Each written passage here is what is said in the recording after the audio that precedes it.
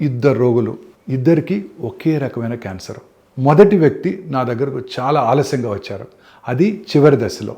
నెలల తరబడి లక్షణాలు పట్టించుకోకుండా ఉండటం, బరువు బాగా తగ్గిపోవటం, నొప్పి, భయం. ఇక రెండో వ్యక్తి ఎటువంటి లక్షణాలు లేకుండానే నా దగ్గరకు వచ్చింది. ముందస్తు పరీక్షల్లోనే ఆమెకు క్యాన్సర్ గుర్తించబడింది. క్యాన్సర్ తొలి దశ, చివరి దశ మధ్య తేడా ఏ విధంగా ఉంటుందో ఇవాళ మనం తెలుసుకుందాం. మొదటి రోగికి చికిత్స చాలా కష్టమైంది.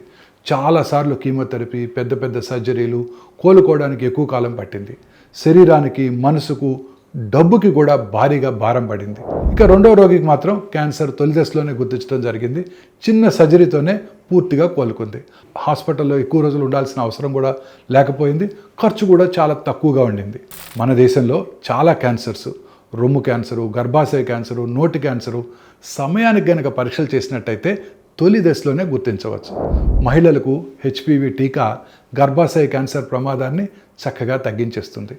రొమ్ము పరీక్ష మరియు మ్యామోగ్రామ్ తొలి దశలోనే బ్రెస్ట్ క్యాన్సర్ని గుర్తించడంలో సహాయపడతాయి. పురుషులకి సాధారణ నోటి పరీక్ష, పొగాకు వాడే వారిలో ముందే మార్పులను గుర్తించవచ్చు.